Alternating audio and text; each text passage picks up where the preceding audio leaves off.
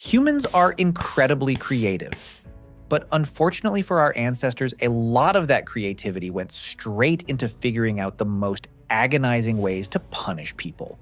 From being trapped inside a giant metal cow over a fire, to literally being blasted out of a cannon, history is packed with sentences that make modern prisons look like a luxury hotel. Today we are looking at the absolute worst punishments in human history. Buckle up, because this gets dark fast. Let's start in ancient Persia with a punishment so brutally over the top it sounds like a horror movie. It's called Scaphism, also known as the boats. If you committed a serious crime against the king, they wouldn't just execute you. No, they'd strip you down and tie you tightly inside two hollowed-out rowboats, with just your head, hands, and feet sticking out. Then they would force-feed you a massive mixture of milk and honey until you were completely sick, and smear more honey all over your exposed face and limbs. Then they just pushed your boat out into a stagnant, sun-baked pond and left you there. The sugar attracted every insect in the area. Wasps, ants, and flies would swarm you, while the milk and honey diet gave you severe diarrhea. You were slowly eaten alive by insects over the course of several days, sometimes weeks. It was slow, humiliating, and absolutely terrifying. If you haven't subscribed yet, hit that button right now. I promise it's a lot less painful than Scaphism. Moving on to ancient Greece, we have the infamous Brazen Bull. Invented by a guy named Perillos of Athens, this was a massive, hollow bronze statue of a bull with a door on the side. The condemned person would be locked inside the metal belly. Then the executioner would light a raging fire underneath it. As the metal heated up, the person inside would slowly roast to death. But here's the truly twisted part. Perillos designed an intricate system of tubes inside the bull's head.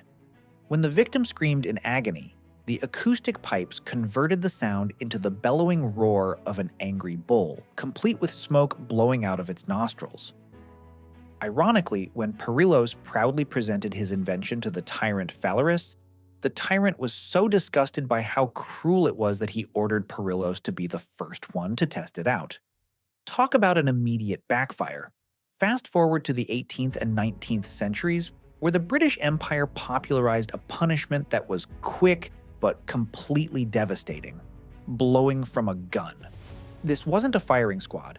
This was exactly what it sounds like. A prisoner would be tied to the front of an artillery cannon with the muzzle pressed right up against the middle of their back. When the cannon fired, the sheer force of the blast would instantly obliterate the victim's body, scattering them across the execution grounds. The military used this specifically because it denied the victim a proper burial, a terrifying prospect for many religious rebels at the time. It was loud, bloody, and sent a very clear message to anyone watching: do not rebel. Next up is immurement, a punishment that plays on everyone's worst phobia, being buried alive. But it's actually worse than that. Immurement literally translates to walling in. Instead of burying you underground, the authorities would lock you inside a small, windowless room or alcove and physically build a brick wall to seal the exit. You were left in total darkness. Sometimes they'd leave a tiny slit to pass in a crust of bread and water just to prolong your suffering, but usually they just left you to die of starvation and dehydration.